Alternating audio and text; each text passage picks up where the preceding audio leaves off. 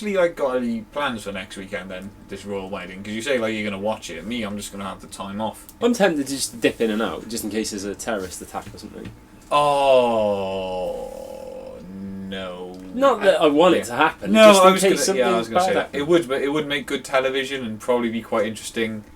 I mean, I think it's highly improbable. I think But I don't think it's going to, but Or even if there's some kind of disruption, a streaker, Dermot O'Leary gets punched in the face, something like that, Is he hosting it? Unfortunately, yeah. It's a bit disappointing. It's like he's there's nothing interesting in it. 'Cause it's like he's married the type of girl that he would be expected to marry. The papers are trying to say, like there was a headline in the paper the other day that said Kate the Commoner, and it's like, well, no, her parents are millionaires, and she's not exactly shite off street. If she were like proper northern girl, she was overweight, she was a bit rough, then it'd be worth it. Yeah.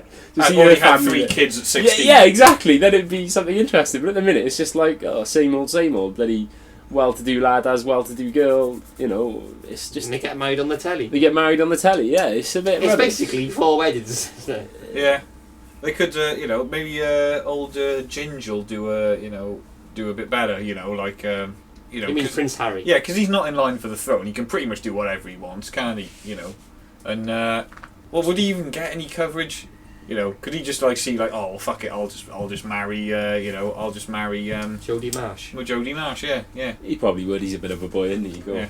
Yeah, Jodie, fancy getting married just to wind up family. Let's go get married. Yes. You massive tits, me ginger bollocks.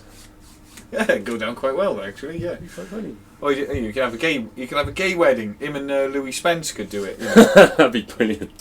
Yeah. Just see Louis Spence going down the aisle to some drum music. Can you imagine See, I shouldn't like Louis Spence, but I do. I figured you would do because he's got the same dress sense as you. Yeah. The same dress as me.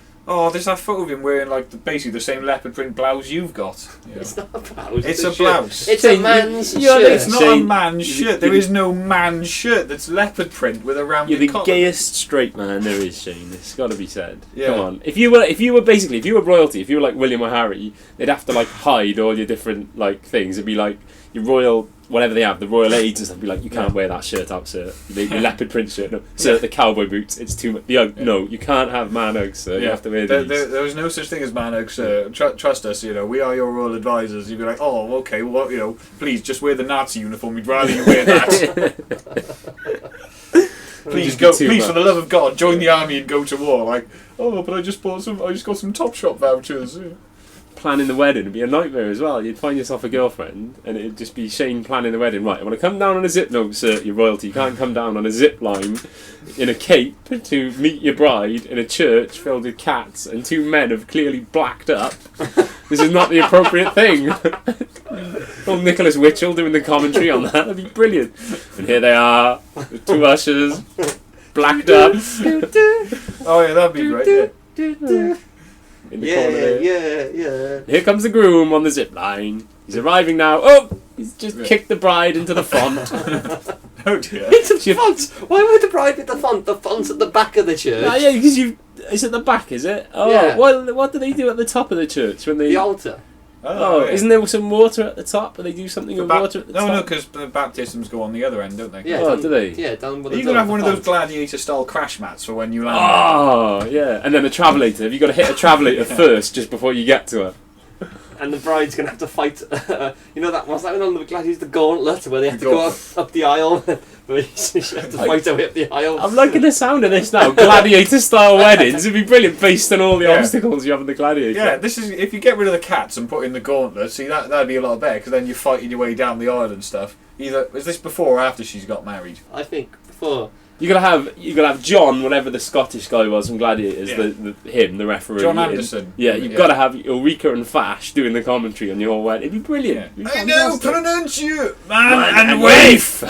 You make a hole on that first whistle. Yeah, exactly. And no, it'd have to be after you get married. After you get married, right? And they go, I now pronounce you man and wife. 3, 2, what? And then you got to go through the gauntlet to escape the church. Instead of throwing confetti, they can throw knives at you. And instead of having the first dance, you have the first duel. Yeah, it'd be fantastic. Would it be on the plinths? You know, as well. There you go. And you'd actually, batter your wife. Yeah, that's an interesting idea. Another one bites the dust. Are you handing out... Yeah, that's a good wedding song there. And you handing out the foam fingers for Oh, people yeah, in the everyone's church? got foam fingers, yeah. Oh. Now that'd be worth watching. If that was going on Friday, I'd watch it. The whole country would watch that. It'd be brilliant. Yeah. It's a royal wedding knockout, because they've done it as a royal knockout, you were saying the other day. Oh, yeah. And if it was like Gladiators meets royal wedding, it'd be fantastic. But it's just not going to be that way. And it's just, well-to-do lad, well-to-do girl, boring, blah, blah, blah. Yeah. It's rubbish. It's just not enough. It is, because you think, what's paying for the monarchy, really? The government gives them money, don't they? I think that's right. The Is it, Treasury gives them money. Do they not get money from our taxes? Because if so, if we're funding exactly. the monarchy, that's what it is. Yeah. Then we should have a say in this wedding. We should have a say. That'd be brilliant. Exactly, and then you can vote for how what you want to happen at the wedding. Vote for it's what a royal gypsy wedding. You don't turn up in stretched pink limousines and the dress is like 80 stone or whatever, massive thing, meringue of a thing with bloody lights on it and all this stuff. Fantastic. Doesn't that just turn the royalty into Britain's Got Talent? Yeah, what's wrong with that? But that's just it. I mean, things like Britain's Got Talent and those type of things are interesting. People want to watch them because they want to see kind of ordinary people or people who are a bit mental, a bit strange. They don't want to see all this. I suppose people do want to see proper things, but at the same time, you want to see the craziness. That's the thing that gets me about, because I started up again now, and I just had this beef with it because things like that and reality TV now is not reality TV. It's produced so much to try and make it look like, oh look, here's some real people doing real things. They're really given an opportunity to really win something and really get somewhere. Blah blah blah. After they've been through 6 non-televised interviews. It's also... Oh, I'm sorry. Do you have any interesting stories about yourself? My cat died when I was 6. Oh, I'm sorry. That's not sad enough. Do any of your parents have cancer? No. Oh well, fuck you then. Yeah. Are you a teenage single mother? Yes. You're through. Yeah.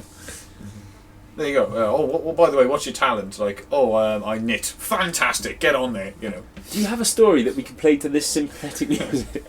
Can we come to your house and film a montage of how much you have to struggle, just to do the fucking shopping, Yeah. So, I don't know. But then there's all that sort of side to it then, and then you just have the bloody human centipede that is Piers Morgan and Amanda Holden and Simon Are they Cowell. anymore? No, they're not, but they're still a bunch of shits. So, and it's just... Oh, they've changed it now to, a different bunch of shits, but, still, they're just... Yeah, it's not... Shit, so shitty, they should just... It's just boring. half. They come up with stuff. They should just call it Shitten's Got Talent. Oh... It's the worst examples of society just parading around, for a bit of attention. Some of it's good. It's like when you have your Susan Boyle moments and stuff. Oh, that pissed me off as well. But then, they get overexposed then. But it's nice to see that, there's people out there that you assume something about them. You look at them, you go, oh my God, look at this. What's this car crash going to be? And then they do something and they've got a genuinely amazing... That's amazing. Moments like that are great. But I just think it's just overexposed and then they try and build things up and manipulate kind of what you get to see on the telly because they want loads of those moments and it's just boring. It's a life cycle of anything. It's interesting for a while, like anything, then you got to move on to the next thing. So yeah, but that's the thing. It's one of the problems as well is because they're basically saying to you that, oh look, yes, ordinary people get an opportunity to really turn their lives around, but it's such a disposable industry that basically the second they've made it big, then it's like right, move on to the next thing now. I mean, to the point where you're not even going to remember who won anything last time, and it's just going to be just more and more and more. Just more of them have done nothing than the ones who you hear of. I mean, out of all the ones who won X Factor, whatever, who do you ever hear of? Really? I don't know. Leona. Oh, they were saying the other day. Yeah, Leona Lewis. You hear about. You'd never hear anything about her. Well, no, you for years. The ones who are doing best out of it are Jedward. Yeah. Are they? Saying. Well, they're always in everything, aren't they? They said what they earned 2 million or something. This is out of all the different things they've been doing. They're in that gay magazine this week, aren't they? The Gay Times. Are they? Yeah. Really? Are they gay now? Are they? Well, they're just in the Gay Times. With they got their hair down and their tops off. Oh right, okay. That's disturbing. It was in the Metro or something. That's disturbing. It is. But there we go. Kind of like having a first date, this, isn't it? Where you're like, what should we talk about? Oh, this interesting stuff happened. Then you got fuck all to talk about. But you go out with 3 lads and a set of headphones and you record it on a computer. Yeah.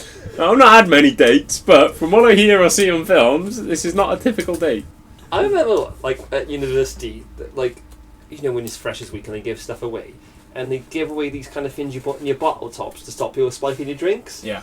And this girl, she took one. She said, "Oh, I'll give them to my friend. She's going on a blind date Oh, next you're thinking week." they should get ones to go with their minge? No, then? no, no, Stop no. them spiking your tampons. Well, maybe, but she picked it up. She said, "Oh, I'm going to take this home and give it to my friend because she's going on a blind date next week." And I said, if I was on a blind date with a girl and she pulled out that and put in a drink, I'd be like, "What the hell do you think I am?" It's like really like, you know. But then that goes back to Newquay as well. Because when we were in Newquay, we were camping, and those two girls turn up. Yeah. And there was the one Chopsy one and a friend, and the Chopsy one was coming up. "All right, boys, how are you? How are you?" And the first thing her friend said was, "All right, lads, I've got rip alarm." Yeah, it's like, what do you think we are? So what could we invent some kind of thing maybe to stop your tampons getting spiked? How are you going to spike I think your if you can tell if your tampon's been dipped in something, then it taps up to 20 times the size. Yeah. Christ. There's something quite wrong here. Yeah. Well, got me minge, oh, it's a bit tight, oh, it's massive. Yeah, they smell a bit like vodka. Yeah. Not really good. Yeah. Oh, Dave, you're trying to trick me with vodka tampon again. Oh, saucy bugger. Oh, for the last fucking time, we're not doing it, right? Oh, but it's my birthday, love. Wait, well, thank you for listening. That was our show. Hope you enjoyed it. Yes. Did you enjoy it, Llewellyn? I did. Yes, I enjoyed it very Really? much. Yes, I mean it was less shit than I thought. Yeah. Oh, okay. Yeah. Anyway, well, hopefully we'll have another show up in a fortnight. Yes. And if you've enjoyed the show, you can leave a comment below. We'd love to hear from you. And If not, well, we'd love to hear anyway. Criticism is always welcome. It won't be tolerated, but it's always welcome. anyway, so it's goodbye from me, Shane. Yes, and it's goodbye from him, Shane. It's goodbye from him, Shane.